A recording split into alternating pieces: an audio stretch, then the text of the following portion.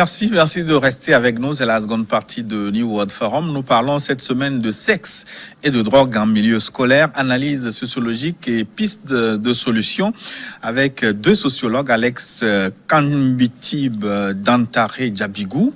Il est sociologue gestionnaire de ressources humaines et docteur Jean-Paul Kakboa Yeyom. Il est sociologue, enseignant au département de sociologie à l'université de Lomé, chercheur à l'unité de recherche démographique à Lomé. Et puis, le député togolais Djeri Komanega Tama, il est sociologue aussi, politicien, chef d'entreprise. Il est le président du nouvel engagement togolais, je l'ai dit, député à l'Assemblée nationale du Togo.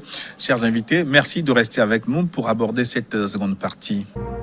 Comme promis aussi, nous avons en duplex avec nous El Mantio Gotsano. Il est un métaphysicien pour avoir un éclairage spirituel de ce phénomène de sextape en milieu scolaire. Il est en direct avec nous. El Mantio Gotsano, bonjour. Bonjour, cher Gilles. Comment vous allez bien? Très bien, merci. Et donc, en quelques minutes, on va voir avec vous la compréhension que vous avez de ce phénomène de circulation des vidéos à caractère pornographique, filmées en milieu scolaire et répandues sur les réseaux sociaux. Ça vient d'où et comment on peut résoudre ce problème selon la métaphysique? Bon, merci. Je salue déjà tous ceux qui sont sur le plateau. C'est un réel plaisir d'intervenir dans cette émission. Il faut dire qu'au niveau donc de la spiritualité ou de la métaphysique, nous constatons qu'il y a véritablement ce qu'on pourrait appeler une crise des valeurs. Et quand on parle de crise de valeurs, on parle de l'éducation. Je ne parle pas de l'enseignement, je parle de l'éducation. Ce qui veut dire qu'en réalité, nous sommes en face d'un phénomène où les éléments gardiens, parce que les valeurs sont les gardiennes de la conscience, les valeurs qui devaient conserver, disons, un équilibre et une harmonie au sein de la conscience, eh bien, ces valeurs gardiennes n'existent plus. Et donc, les enfants ou les jeunes se retrouvent en face d'une perversion, c'est-à-dire d'une subjectivation de leur propre réalité.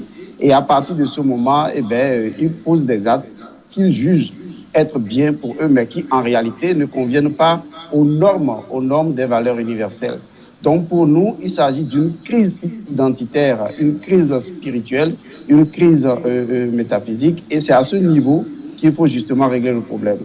Et donc il faudra revoir toute l'éducation. Moi, je propose souvent que l'on fasse un forum national de l'éducation afin d'ajuster notre éducation au développement technico-technologique aujourd'hui, parce que le développement technologique a pris de l'avance sur le système éducatif et on n'a pas su répondre en même temps à ce défi-là. Et je crois que c'est comme remettre une arme à feu entre les mains d'un singe. Il finira par se tirer une balle dans les pattes ou une balle dans le visage des gens qui les entourent. Donc, quelque part, c'est vraiment ce que nous sommes en train de vivre. On a remis une arme trop puissante entre les mains des personnes qui n'y sont pas préparées. Et donc, en face de ça, il y a cette déliquescence-là que nous constatons. Donc, c'est vraiment un problème éthique qu'il faut régler. Il faut donc remettre à jour les gardiennes de la conscience que constituent les valeurs. Voilà. Les raisons qui ont été évoquées, les causes qui ont été évoquées autour de ce plateau également, c'est le manque ou l'inexistence d'école de la vie, un endroit où on peut apprendre la sexualité et comment vivre. Et pour vous, comment on peut résoudre ce problème? Est-ce que le cadre scolaire suffit justement pour apporter une réponse, pour former les âmes à la manipulation du sexe et des réseaux sociaux dont vous parlez? Bon, il faut dire que l'école telle qu'on la connaît aujourd'hui ne peut pas répondre à ce défi-là. Il faut carrément créer l'autre école, c'est-à-dire une autre école qui serait justement, comme vous l'avez si bien dit, l'école de la vie, l'école des traditions, l'école des cultures. Et à cette école-là, déjà, on apprend aux jeunes garçons et aux jeunes filles ce qu'est justement le sexe et la sexualité. Parce que même si on ne leur apprend pas avec les feuilletons et le phénomène de l'occidentalisation, eh bien, ils apprennent tout seuls. Et avec la connexion aujourd'hui, ils vont sur des sites que nous-mêmes, nous ne maîtrisons pas. Donc je pense, à mon humble avis, si c'est déjà dit sur le plateau, qu'il faut véritablement repenser à une autre école, à une autre façon de mettre à juste titre, de toucher nos valeurs, nos cultures, Parce que le développement ne peut pas se faire en dehors de nos cultures, en dehors de nos traditions, en dehors de notre perception de notre réalité. Et ça, c'est une autre école qui peut le faire. Alors, Aujourd'hui, l'éducation, c'est de l'enseignement. Et donc, on n'est pas en fait dans l'éducation. Maintenant, de l'autre côté, les religions aussi, disons, ont failli dans la mesure où ces religions-là n'enseignent que les dogmes propres à elles et laissent tomber donc les valeurs qui n'ont pas forcément besoin de religion pour être enseignées. Lorsque je veux enseigner l'amour, je veux enseigner l'éthique, je n'ai pas besoin de religion. Je peux me passer de la religion et enseigner ces valeurs parce que ces valeurs-là sont transcendantes à la religion et peuvent être données dans n'importe quel secteur, que ce soit notre tradition, la culture et la religion en est également un outil. Mais si aujourd'hui, au sein des religions, il y a ce clivage-là, il faut comprendre que les jeunes n'ont plus d'identité culturelle, n'ont plus d'identité spirituelle. Et tant qu'on ne refonde pas leur identité spirituelle, ils n'auront pas les gardiens de la conscience que sont les valeurs pour leur dire voilà comment on doit aller, voilà comment on ne doit pas faire. Je pense que le problème est là. Il faut repenser, l'éducation en général. Elmando Godson, pour terminer avec vous, très rapidement, en 1 minute, et en attendant surtout l'autre école, que pouvez-vous dire aux adolescents par rapport à l'utilisation du sexe? Le sexe, qu'est-ce que c'est? Quelles sont les précautions d'emploi? Attention, danger à ne pas laisser à la portée des enfants. Qu'est-ce que vous pouvez leur dire en attendant l'autre école? Très rapidement. Bon, vous savez, quand vous dites que le sexe est dangereux, les enfants iront forcément là. Parce que les enfants aiment le risque, les jeunes aiment le risque, donc plus vous leur interdisez cela et plus ils iront. Il faut d'abord faire la différence entre le sexe et l'organe sexuel. D'accord? Les gens disposent d'un organe sexuel, mais le sexe n'est pas l'organe sexuel. Le sexe, c'est une énergie, c'est une force. Et bien, cette force-là, l'enfant le constate, le ressent ou la ressent à partir de son adolescence, à partir donc de sa puberté. L'enfant vit déjà les manifestations physiques de cette force.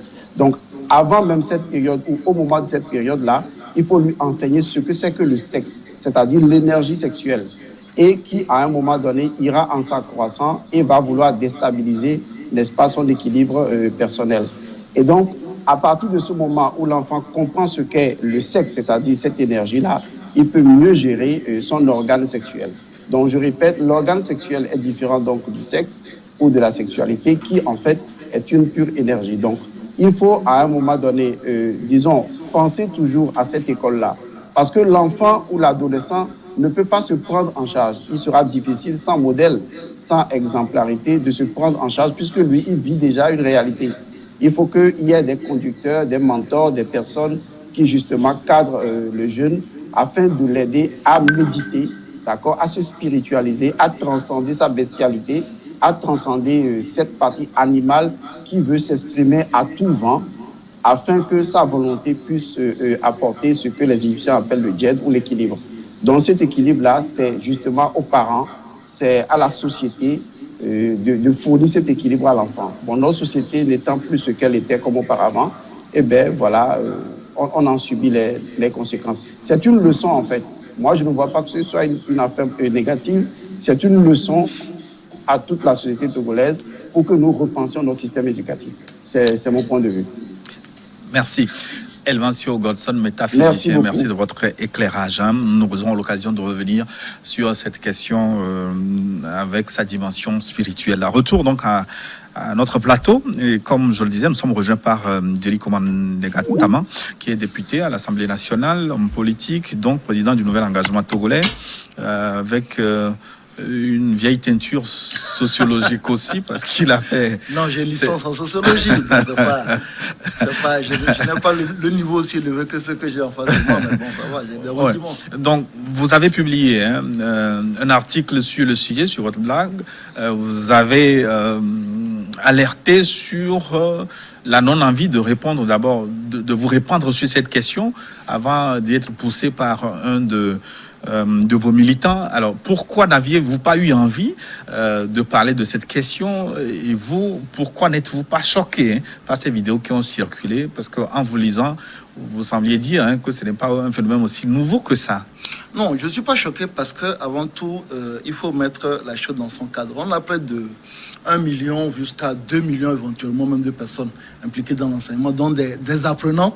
Et je suis sûr que les vidéos que nous avons vues concernent peut-être une infime partie. Ça ne peut pas vouloir dire que dans tous les autres établissements, ça ne se passe pas ainsi. Mais je considère qu'aujourd'hui, les enfants qui sont sérieux, studieux, qui travaillent, qui ont une bonne moralité sont plus nombreux que quelques personnes égarées qui se retrouvent dans cette situation. Ça, c'est la première chose.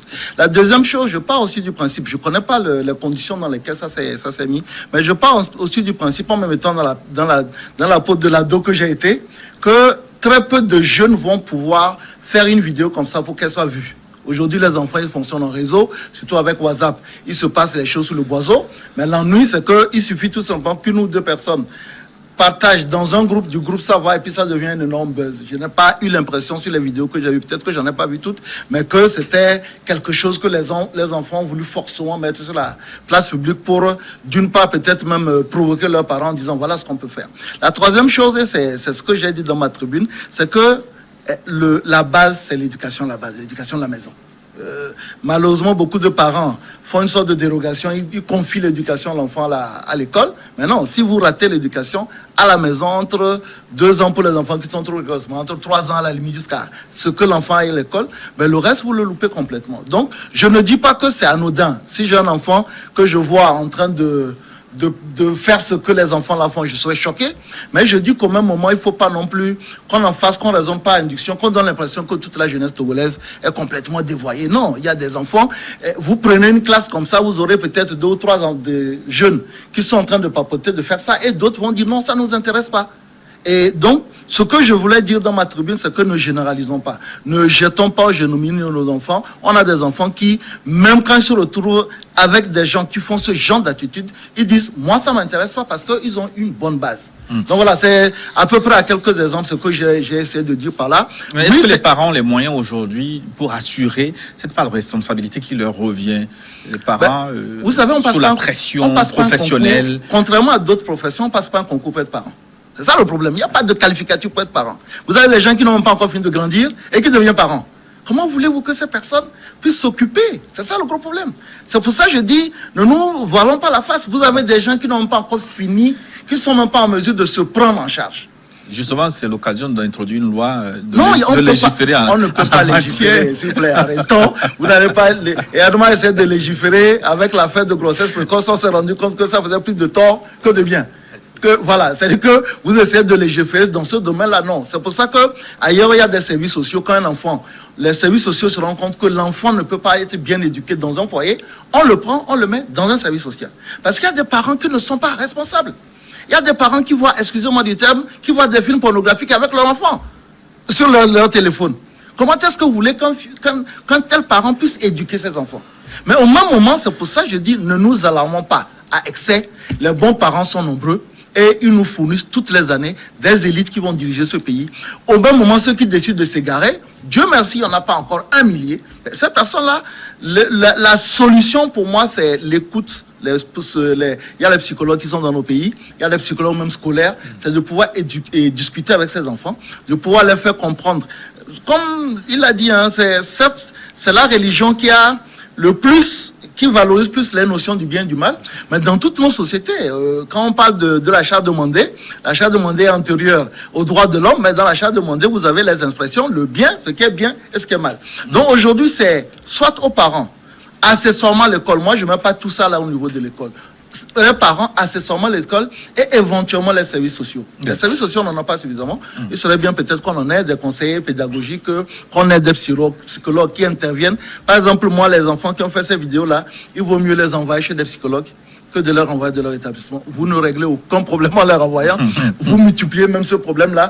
C'est comme quand tu es enfant, quand on nous bat au bout d'un certain temps, ça ne nous dit plus rien. Donc l'enfant, à la limite, si la sanction c'est l'exclusion, ben, il va continuer à se faire exclure, ça les gens ne parlent. On va commencer par répondre aux téléspectateurs.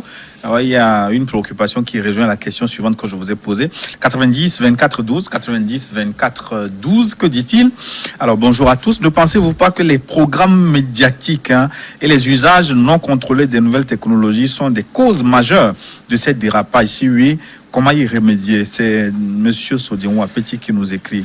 Il met en cause les programmes télé, les novellas, parfois même les films pornographiques qui sont disponibles sur certaines chaînes. Bon, moi souvent je réponds, j'aime partir de mon expérience personnelle.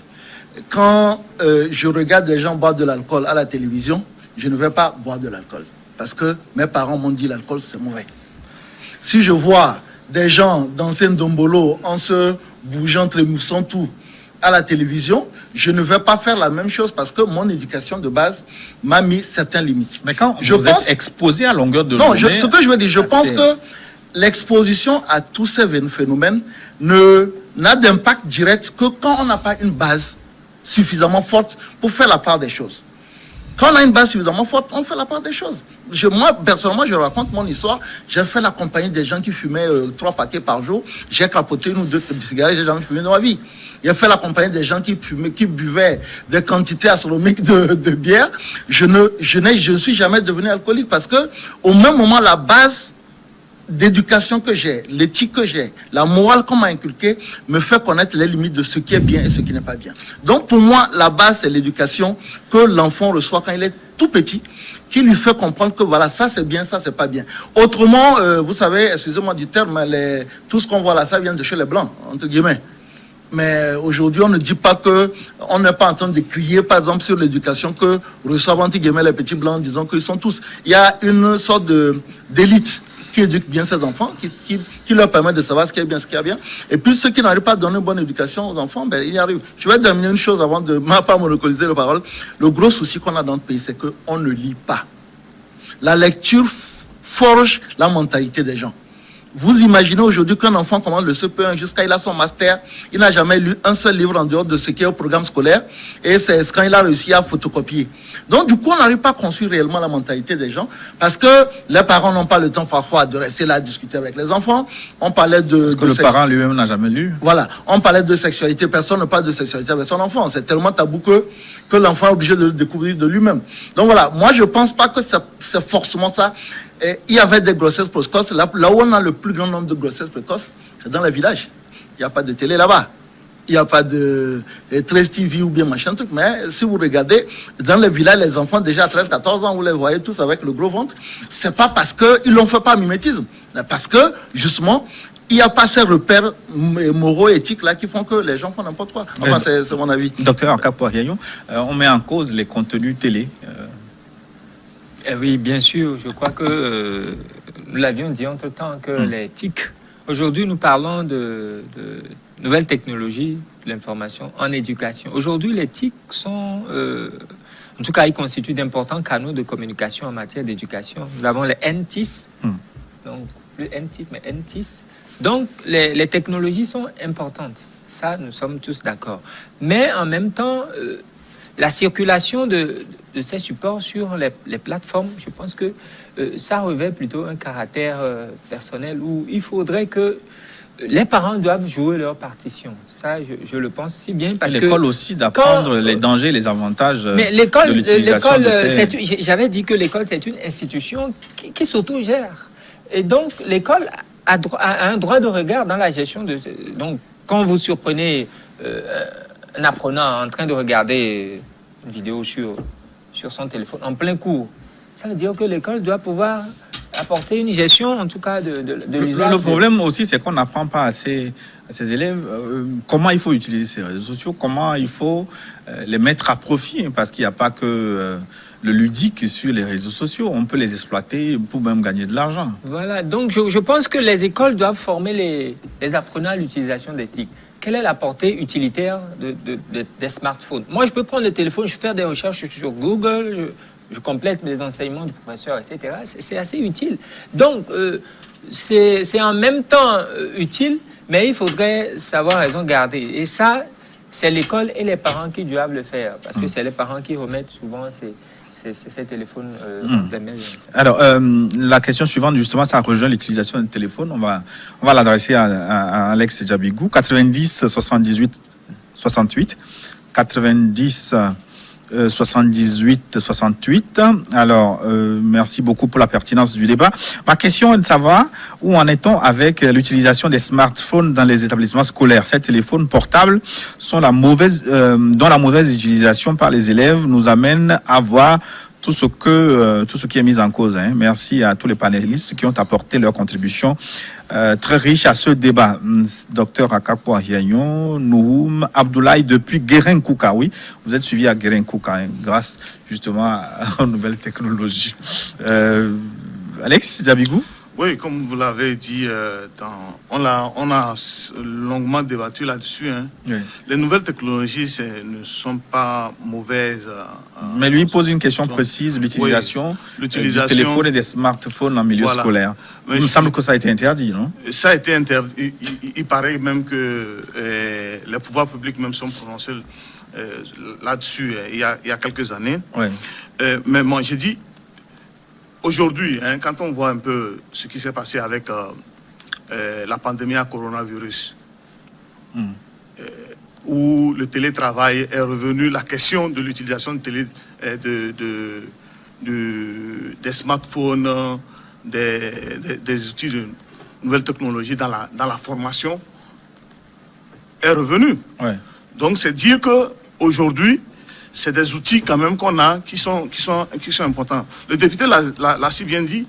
Ce qui est important, ce n'est pas comment je vais appeler ça, ce n'est pas l'outil qui pose problème, mais c'est la formation de base. La formation de base. Et cette formation de base, on la tire où? Dans la famille. Les enseignants ont certes une certaine responsabilité.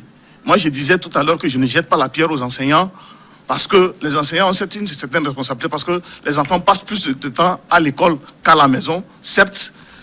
Mais il faudrait qu'il y ait une éducation de base sur l'utilisation de ces outils. C'est seulement comme ça qu'on pourra arriver à trouver des palliatifs à ce problème. Alors, je renvoie la question aux législateurs. Non, une bonne partie des jeunes aujourd'hui qui utilisent les smartphones, quand on les appelle, ne connaissent même pas que quand on veut faire une recherche, il faut aller sur Google. C'est-à-dire que les gens utilisent, beaucoup de personnes même pensent que c'est uniquement WhatsApp et Facebook qu'on trouve sur les smartphones. Donc il y a une mauvaise utilisation. Moi je pense qu'à la limite, il y a des choses qu'on peut faire au niveau de l'école, c'est de faire des formations sur l'utilisation des smartphones, des ordinateurs, ainsi de suite. Parce que moi honnêtement, j'utilise à la limite les réseaux sociaux pour 10% de mon utilisation des réseaux sociaux. Le reste c'est des recherches quand je veux avoir une information sur quelque chose. Donc il y a un problème d'abord d'utilisation. Et puis le second problème sur les contenus pédagogiques, c'est que nous, à notre époque, les dits civiques, les éducations civiques et tout ça, malheureusement, ces programmes sont en train de disparaître. Ou dans certains systèmes, ils ont complètement disparu. Donc, et la troisième chose qu'il faut noter, c'est que ces problèmes de sécurité à l'école apparaissent déjà à partir du secondaire, 6e, 5e, jusqu'à. Or, c'est à ce niveau-là que vous n'avez pas un professeur qui laisse 24 heures sur 24 avec vous. Ou bien toute la journée avec vous. Au CP, vous avez un enseignant qui est avec vous, donc il est un peu comme un papa ou bien maman.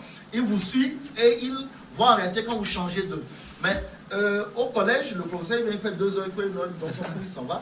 Donc sa responsabilité sur votre construction psychologique et même éthique est très limitée. C'est pour ça que je ramène systématiquement le problème aux parents, parce que les enseignants ils passent dans leur cours, ils sont bons. C'est après le parent qui peut corriger.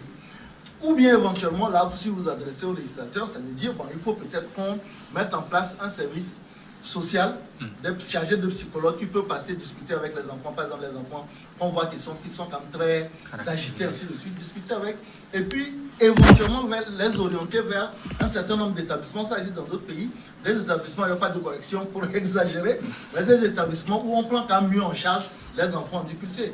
Parce qu'il est évident qu'il vaut mieux parfois extraire l'une ou 2 mauvaises graines et les mettre quelque part que les laisser contaminer l'ensemble. Parce que s'il y a une chose qui est très présente au niveau des adolescents, c'est le mimétisme.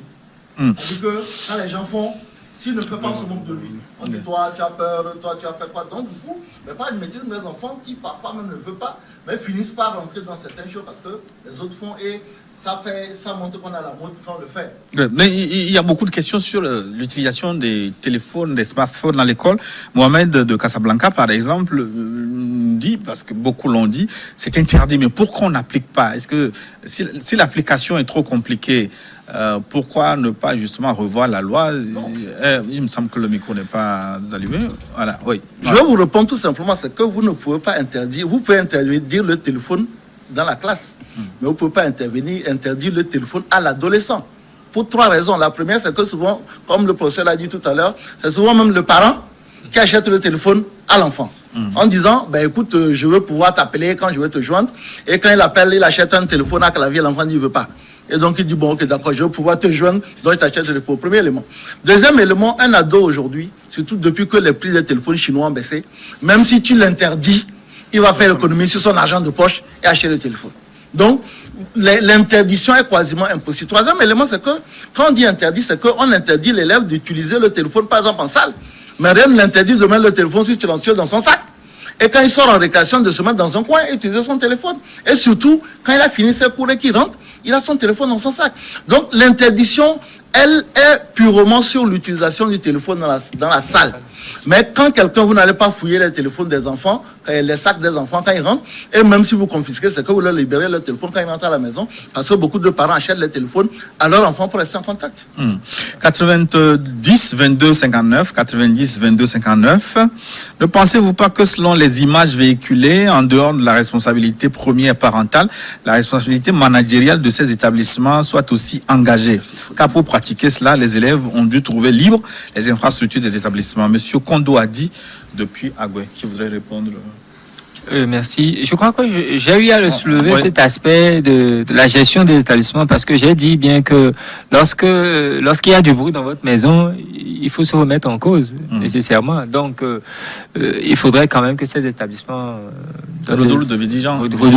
Et pas seulement ces établissements, mais les institutions scolaires de manière générale doivent se remettre en cause par rapport à la gestion, à la discipline qui est instaurée, tout en sachant que ce n'est pas seulement la discipline qui va résoudre le problème, mais c'est une éducation basée sur la conscience individuelle qui va pouvoir amener les enfants à pouvoir y arriver. Dialitama? Non. Aujourd'hui, vous savez, une bonne partie des établissements ont des situations de trésorerie qui sont parfois très difficiles. Parce que sur certaines images... Vous voulez torquer l'éducation contre les logiques commerciales. Sur certaines images, quand les enfants, par exemple, ils partent en récréation, et que certains restent dans un coin de la salle, pour pouvoir surveiller ça, il faut mettre des caméras de surveillance dans toutes les salles. Il faut mettre quelqu'un qui reste en place pour regarder ces trucs-là, parce que sinon vous découvrez quand c'est fini. Et aujourd'hui, les établissements publics, ils n'arrivent même pas à mettre l'électricité dans leurs choses. Vous n'avez pas demandé de mettre des caméras. Et pour les établissements privés, ils sont tellement en tension de trésorerie que si vous leur dites ça, ils vont dire si vous leur insérez ça en plus. Donc, c'est quelque chose qui est assez compliqué. Oui, ça peut être une bonne piste, ce que vous évoquez là, les surveillances, les vidéosurveillances. Oui, mais si on avance. Si les gens ont les moyens pour le mettre, tout simplement. Mais si aujourd'hui, vous imaginez, l'État dit il y a une obligation de vidéosurveillance dans tous les établissements, vous n'en avez pas beaucoup qui sont en mesure. Moi, si dans la sécurité, j'installe des caméras, moi, ça m'intéresserait bien de faire la promotion de la vidéosurveillance. On a vu les moyens que l'État a mis en place contre le coronavirus. Oui, donc, si ça devient une nécessité, ce que je veux dire, on peut avoir des formes de quand vous prenez les ados, ils ont une capacité à contourner le système. Même si vous mettez la vidéosurveillance, ils vont aller dans la brousse, vous allez les poursuivre dans la brousse. Et pour ça, je reviens encore sur le fait, il faut anticiper. Il faut que les gens eux-mêmes, ils puissent s'auto-contrôler. Et c'est cette auto-contrôle. C'est-à-dire que si dans la classe, le major ou bien quelqu'un, quand des gens commencent à, la personne arrive, vous dit vous arrêtez ça tout de suite, ou bien je vous signale au surveillant, oui. Là, c'est ce qu'il faut aujourd'hui peut-être pouvoir dire aux gens, c'est que quand vous êtes témoin de ce genre de truc, soit vous arrivez à interdire, ou bien de façon subversive, parce que si tu vas signaler, toi, tout le monde va mettre ta tête sur le pilori, mais de façon subversive, vous faites remonter l'information. Mais si vous dites aujourd'hui, activement, la responsabilité civile des établissements, moi, je n'ai pas d'établissement, mais j'ai été élève, je sais que chaque fois qu'on met un interdit, notre objectif, c'est de tout faire pour contourner cet interdit-là. Adolescent, c'est ça, c'est le début de la puberté. Plus tu dis à quelqu'un, et il a si bien dit, plus vous dites aux gens que le sexe est tabou, plus les gens vont avoir envie de découvrir. Ouais. Mais si vous mettez une valeur spirituelle tout autour en disant il y a une différence entre la sexualité et le sexe, oui. Pour terminer, honnêtement, combien de fois nous-mêmes qui sommes ici, nous n'avons pas, on parle souvent des jeunes filles. Combien n'avons pas, nous, au lycée, rencontré des jeunes filles qui vous disent, pas avant mon bac. Eh tiens, Parce qu'elle a eu une bonne éducation à la maison. Elle te dit non, moi je ne veux pas avoir de copains avant mon bac. C'est uniquement après le bac parce que ses parents tous les jours lui ont dit tu auras le droit de rencontrer, d'avoir un copain que quand tu auras le bac. Et la personne tient. Mais bon, voilà, donc l'éducation de base, je reviens toujours là-dessus. Les parents, mais quand les parents n'ont pas encore fini leur puberté, ça fait 2 enfants éduqués à la maison et c'est très compliqué. 91 50 42, 91 50 42. Alors, j'ai l'impression que les invités caressent un problème assez gravissime. Hein. Les parents, offrent aujourd'hui les smartphones, les tablettes à leurs enfants et désapprouvent la confiscation de ces appareils à l'école. 2. De nos jours, pour faire un clip parfait, il faut exhiber la nudité de la femme. Il faut danser en assimilant l'acte sexuel, en simulant l'acte sexuel. Et les enfants passent le temps à imiter ces danses en suivant les chaînes comme les chaînes dont on ne va pas citer les noms. 3. Les feuilletons mexicains, colombiens montrent toutes les étapes pour passer à l'acte sexuel et nous les suivons avec nos enfants. Monsieur Diabigou? Oui. Je pense que le monde évolue avec... il faut évoluer avec son monde. C'est vrai que quand vous suivez ça laisse à désirer parfois certaines émissions. Mais aujourd'hui, si les médias proposent ce genre de programme, c'est parce que il y a une clientèle à la base. C'est des entreprises qui doivent faire des bénéfices. Donc, à nous seuls, à notre niveau, on ne peut pas. Je ne pense pas que même à l'échelle d'un pays, un gouvernement puisse prendre des mesures vraiment draconiennes dans ce domaine. Oui, docteur Akakourian, vous ne pensez pas quand même que c'est exagéré, ces clips qu'on voit à longueur de journée sur certaines chaînes de télévision Bien, je crois que c'est une question essentielle que nous sommes en train de poser aujourd'hui. Le support qui passe sur les médias, ça a quelle visée? Quels sont les objectifs? C'est vrai que la société évolue. Et quel contrôle surtout? Et nous sommes en train de vivre avec notre temps, comme le disait Seydou Badian. Mais en même temps, il faut que nous pensions à quel type de société nous sommes en train de bâtir. Je suis d'accord que nous sommes obligés, en tout cas, de vivre avec notre temps. Mais en même temps, il y a l'autorégulation des médias, n'est-ce pas, qui doit pouvoir apporter, en tout cas, des lumières sur les supports qui sont diffusés. Parce que, entre-temps, on ne sait pas qui regarde. C'est vrai, à la maison, tout le monde n'a pas la capacité de pouvoir faire ce distinguo-là avec ce qui se passe sur les médias. Donc, à quelque part, nous sommes à une dimension très responsable, en fait, des supports que nous passons sur les médias. Je renvoie la question au député. Est-ce qu'il ne faut pas faire du ménage dans cette affaire-là?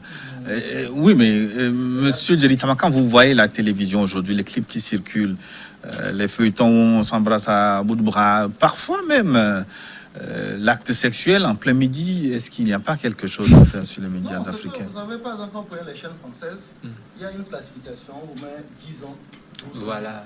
ensuite de 16 ans. Mais, malheureusement... Le micro n'est pas allumé, je me semble. Oui. C'est qu'il dit, Quand vous prenez la télévision française, par exemple, vous avez une classification, on met 10 ans, 12 ans, 16 ans, ainsi de suite. Par exemple, pourquoi est-ce que dans nos pays, on ne pourrait pas le faire? Justement. Premier élément. Deuxième élément, si ça n'existe pas, c'est aux parents de savoir quelles sont les émissions qui sont suivables par les enfants et quelles sont les émissions qui ne sont pas choses. Je parle de chansons à la portée de tout le monde. Je reviens, non. Dans certains pays, en RDC par exemple, il y a une autorité qui sanctionne, pas souvent, mais de temps en temps, des clips quand même qui dépassent l'entendement. Excusez-moi du peu, 80% des adultes sont sur les chaînes gratuites. Que ce soit Strong, que ce soit Canal+, nous n'avons aucune emprise sur les contenus qui sont diffusés. Donc même si vous décidez de verrouiller les chaînes, les 6 ou 7 chaînes qui sont au Togo, mais les chaînes qu'on a, aujourd'hui ça coûte même moins cher d'avoir un dispositif gratuit pour suivre les choses que d'avoir un dispositif payant. Donc, mais comment vous faites? C'est maintenant là où je dis que ça revient plus aux parents de dire cette chaîne-là, cette émission-là. Vous prenez, j'ai parlé de Trace TV, vous prenez, moi je ne comprends pas pourquoi est-ce que subitement, toutes les chansons africaines, pour qu'elles soient bien, il faut que des gens tournent les fesses. Moi, je n'ai pas compris. Bon, bref. Mais pour que le clip soit bien, il faut qu'on voit des filles qui tournent les fesses, quasiment avec pas grand-chose sur le corps, et là, le clip est bon. Soit ça, comme votre collègue l'a dit, ben, ça répond à une certaine demande. Mais quand vous voulez suivre un contenu comme ça, vous ne le suivez pas avec votre enfant, tout simplement. Mais je reviens encore à l'histoire de la maturité des parents. Les enfants, vous voyez, je prends les femmes, excusez-moi mesdames, mais quand elles veulent suivre le feuilleton, elles ramassent tous les enfants tout autour pour suivre le feuilleton. Et quand les hommes aussi veulent se rincer un peu l'œil sur Trace TV ou bien sur d'autres chaînes, ben, il y a toute la famille qui est là. Après, ne vous étonnez pas que votre enfant, moi j'ai vu sur les vidéos une jeune fille qui s'était mise, qui produisait exactement les mêmes gestes que ce qu'on voit dans la télévision. Donc après, il y a une obligation de sélection. Mais j'aimerais quand même, avant que l'émission ne vienne, je veux anticiper là-dessus, ne considérons pas que c'est quelque chose qui soit tellement dangereux. Moi, je préfère de loin que mon enfant aille peut-être faire une expérience dans le domaine sexuel qu'il triche à l'école. Parce que non, je préfère de loin. Parce que tricher à l'école, il a verrouillé toutes les valeurs morales qu'il peut avoir. Mais le problème, parce qu'on en a parlé dans la première partie, vous n'étiez pas là, c'est que le soubassement de ces scènes-là, c'était la drogue. La drogue a circulé sur les réseaux sociaux. Aussi, on a vu les enfants consommer à gauche déployée. J'en ai parlé dans l'article que j'ai écrit. Moi, j'ai eu des amis qui consommaient la drogue. Et ça ne m'a jamais intéressé. Sincèrement, c'est-à-dire que je les voyais, ils en prenaient des capsules. Ils disaient, tu prends, je dis non, ça ne m'intéresse pas. C'est-à-dire que ça me rend la tête folle et je ne sais pas pourquoi ça m'intéresse. Donc, je reviens encore que si vous avez une bonne base. Oui, mais vous n'êtes pas la mesure de tout. Non, c'est ce que je dis. Non, je prends mon exemple. Parce que si je prends l'exemple de quelqu'un d'autre, voilà, je prends mon exemple que j'ai vécu avec des gens qui le faisaient. Mais ça ne m'a jamais intéressé parce que j'avais un support d'éducation qui était suffisamment fort qui me disait, non, ça c'est mauvais. Mais maintenant, après, excusez-moi, il faut du tout pour faire un monde. Vous aurez des gens qui, déjà en 6e, 5e, ils consomment la drogue, ils n'auront jamais leur BPC. Voilà, c'est comme ça, c'est comme ça. Et il y en aura des gens qui vont jamais être intéressés, qui vont devenir des docteurs, des médecins, des grands professeurs comme ceux qu'on a ici. Voilà, donc, pour moi, je pense que c'est très important qu'il faut faire l'éducation sexuelle de nos enfants. Il faut parler de la sexualité avec nos enfants. Mais il ne faut pas considérer comme c'est une sorte de crime de lèse-majesté que d'apprendre que mon garçon de 16 ans, 15 ans a eu une aventure quelque part. Je vais l'appeler, je vais lui parler, mais je serai plus choqué si j'apprends que mon enfant a triché à l'école. 90 30 70 90 30 70, il nous écrit de Koumassi au Ghana. Alors, c'est vrai que les enseignants ont droit de regard dans ce que font les élèves, mais le problème est que les enseignants sont dépossédés de leur pouvoir d'autorité sur les élèves. Est-ce que c'est vrai? Bon, je crois que pour des petites expériences que nous avons eues sur le terrain en matière de collecte des données, il y a à dire que les enseignants sont effectivement dépossédés. Je partage cet avis-là parce que ce qu'on dit souvent, c'est que les parents disent que c'est les droits des enfants. Et donc, les enfants sont autorisés à tout. Moi, j'ai rencontré des proviseurs, des enseignants qui ont dit, voilà, donc, on dit droits des enfants, donc mon enfant, il est grand, quoi. Mon enfant est grand et puis il peut tout faire. Je le laisse se gérer parce que quand je vais dire quelque chose, on me dira que c'est le droit des enfants. Donc, en réalité, le caractère charismatique d'un enseignant, l'enseignant, je l'ai dit, c'est un personnage charismatique qui inspire de la confiance. En qui l'enfant peut se remémorer, l'enfant peut se projeter pour de nouvelles perspectives. Aujourd'hui, est-ce que c'est le cas? Mais ce n'est pas seulement ça, c'est dire aussi que actuellement les enseignants en sont pour quelque chose. Si les enseignants à des niveaux donnés sont des auteurs des grossesses, ça on ne peut pas le disculper. Mais les enseignants qui demandent à l'enfant d'acheter en récréation, et l'enfant vient et puis ça commence, mais il ne faut pas occulter tout ça. C'est des scènes de... Nous avons vu des directeurs qui sont en train de faire l'acte sexuel avec des jeunes filles, des jeunes élèves. Mais c'est pour ça qu'à quelque part, il faut une remise en cause de nos valeurs, de nous-mêmes en tant qu'enseignants. Mais des enseignants, pas au cours primaire seulement, à l'université aussi, vous vous en servez. Donc, quand j'ai parlé de l'institution, l'institution scolaire, moi je le dis, hein, je le dis, l'enseignant, c'est à tous les niveaux, hein, c'est à tous les niveaux. 90 77 32, 90 77 32, il fait revenir pratiquement le même sujet. Alors, à mon avis, les parents sont entièrement responsables de ce phénomène. S'ajoutent les ONG de défense des droits des enfants qui ne parlent jamais des devoirs des enfants. C'est Malik Ourobia qui nous écrit. Pour beaucoup, ils nous ont écrit à travers ce qu'ils disent. Ils semblent pointer du doigt les droits des enfants qu'on met trop en avant, sans parler des devoirs. Est-ce que vous pensez qu'on a exagéré un peu, hein? On a octroyé trop de droits à l'enfant quand on dit de ne pas bastonner, de ne pas... Je ne pense pas que... moi, je suis mitigé sur cette question. Les ONG font ce qu'ils peuvent, ce qu'elles peuvent donc, et c'est au regard aussi, il faut toujours contextualiser les choses, c'est au regard aussi de certains services, que les gens... Dans l'exagération, dans les services corporels. Que dont sont victimes les enfants, c'est surtout ça que les ONG combattent. Moi, j'ai fait l'essentiel de ma carrière en ONG, mais c'est vrai aussi que aujourd'hui, le droit des enfants, c'est une autre problématique qui va dans tous les sens. C'est-à-dire que on fait des développements comme on veut, à tout vent, mais je pense qu'il faut que, comme on l'a dit, le soubassement même, c'est au niveau des parents. Oui, on avait assez dit. 92 53 28, 92 53 28. Ce qu'on a vu sur la toile n'est que l'iceberg, la partie visible de l'iceberg. Alors nous sommes tous responsables, mais le premier responsable, c'est l'État. L'État devrait outiller les établissements en surveillant, en enseignant, formé en ECM, éducation civique et morale. La notation en ECM soit beaucoup plus basée sur les comportements de l'élève. Il soulève là une nouveauté, c'est-à-dire avoir des notes liées aussi à la façon dont l'élève se comporte. Ça ne changerait pas grand-chose. En fait, le gros problème de notre pays... Et si c'était la note pour valider finalement le diplôme, c'était le comportement de l'élève? En fait, le gros problème, c'est que nous avons supprimé les services corporels. C'est vrai, je suis d'accord, il y avait des abus. Mais on n'a rien remplacé, on n'a rien mis à la place. C'est ça le gros problème. Aujourd'hui, vous avez un enfant dans votre classe, il peut vous insulter, vous n'avez aucun moyen de correction sur lui. Et ça pose un problème.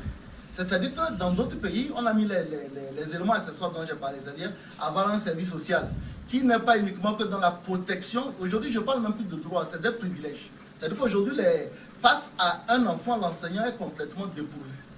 Dépourvu. Parce que vous imaginez, par exemple, au couple même, maintenant, on n'échoue même plus. C'est chambre, salle de passage. Vous commencez du CP1, vous commencez à échouer uniquement au CPD. Vous n'avez pas de service corporel. Je ne soutiens pas les services corporels, mais c'est qu'il faut mettre en place des peines palliatives. Autrefois, nous, à l'époque, on allait travailler dans les champs de l'école, pas des enseignants. On a interdit les TM. On dit, il n'y a plus de champs, il n'y a plus rien. Donc, du coup, l'enseignant n'a aucun moyen de cohésion sur l'enfant. Et à partir de là, si il ne peut pas le faire échouer, ou bien à la limite, même un enfant qui est turbulent, le faire échouer, c'est à la fin de l'année. Il va vous emmerder durant 9 mois, et c'est uniquement à la fin de l'année qu'il va avoir une sanction. Donc, du coup, tant qu'on ne met pas de peine palliative pour dire, écoutez, un enfant qui est indiscipliné, qui insulte ses enseignants, voilà ce qu'on fait à la place. Mais il est évident que nous sommes en train de mettre en place un système qui sera difficile à gérer. Donc, la responsabilité de l'État, c'est de dire, oui, nous avons interdit les services corporels. C'était pas forcément bon, mais même si pour certaines personnes, y compris moi, à des moments, c'était mérité. Mais au même moment, ce qui est le plus important, c'est qu'il faut qu'on puisse donner un certain pouvoir aux enseignants. Vous ne pouvez pas dire que les enseignants ne font pas suffisamment leur boulot, sinon pas un pouvoir de coefficient. Maintenant, au même moment, je suis bien ravi que le professeur l'a dit, parfois les enseignants même font partie du problème.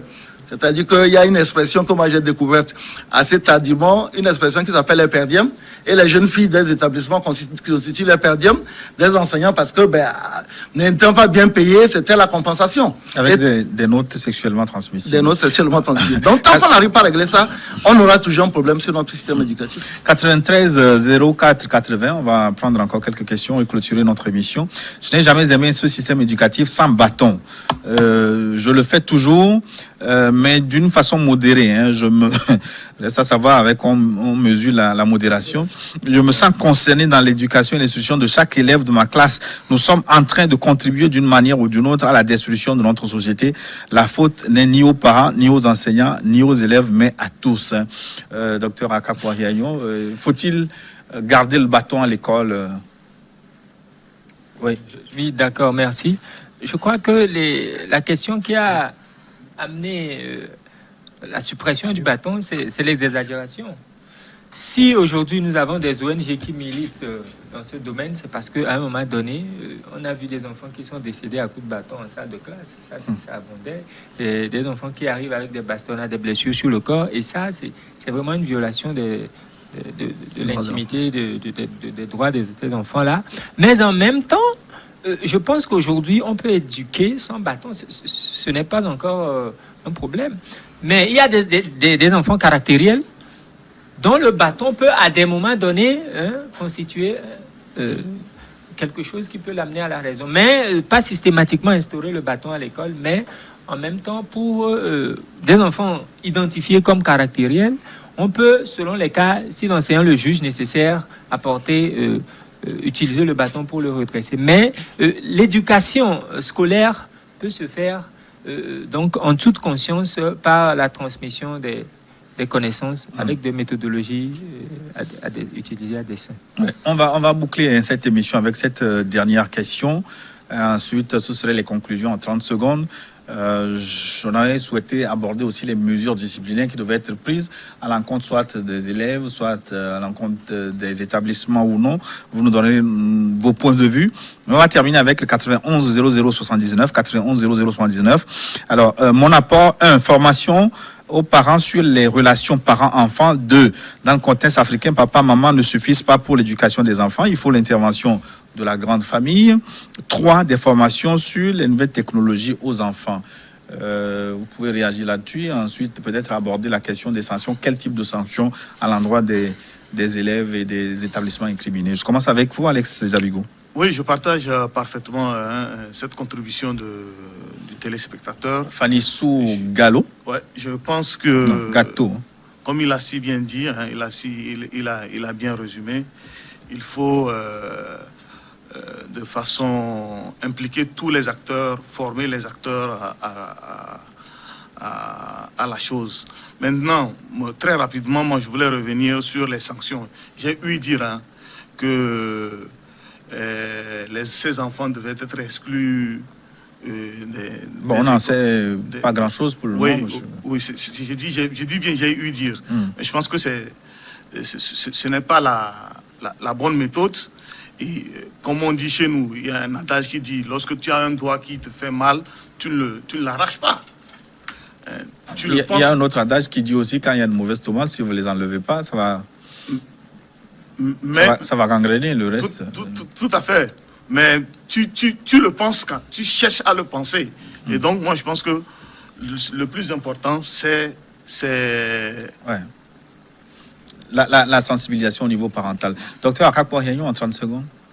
Mon mot de fin, je crois que ce qui est important aujourd'hui, si nous en sommes arrivés là, c'est justement parce que nous n'avons pas joué notre rôle en tant que parents. Parce que si nous donnons l'essentiel sur la sexualité comme bonne information à l'enfant, je l'ai dit tantôt, si l'enfant va à l'école, même s'il va au marché, s'il va dans la rue, cet enfant a des repères. Et ça, c'est la socialisation primaire que nous peinons beaucoup à...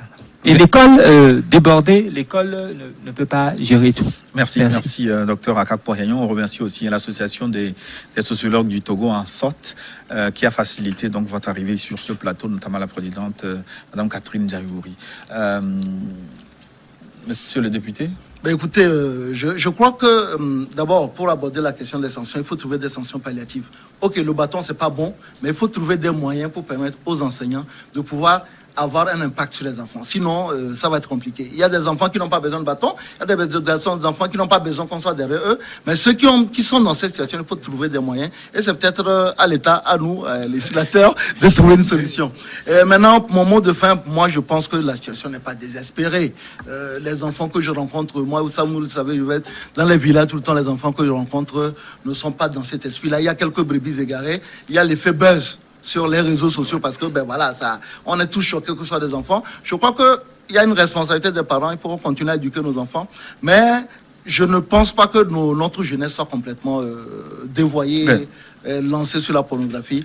Continuons et je pense que la plus grosse, le vrai challenge, c'est de trouver du boulot aux gens. Merci. Ça va s'arrêter là pour aujourd'hui. Ainsi se referme notre forum de cette semaine. Merci de votre aimable attention.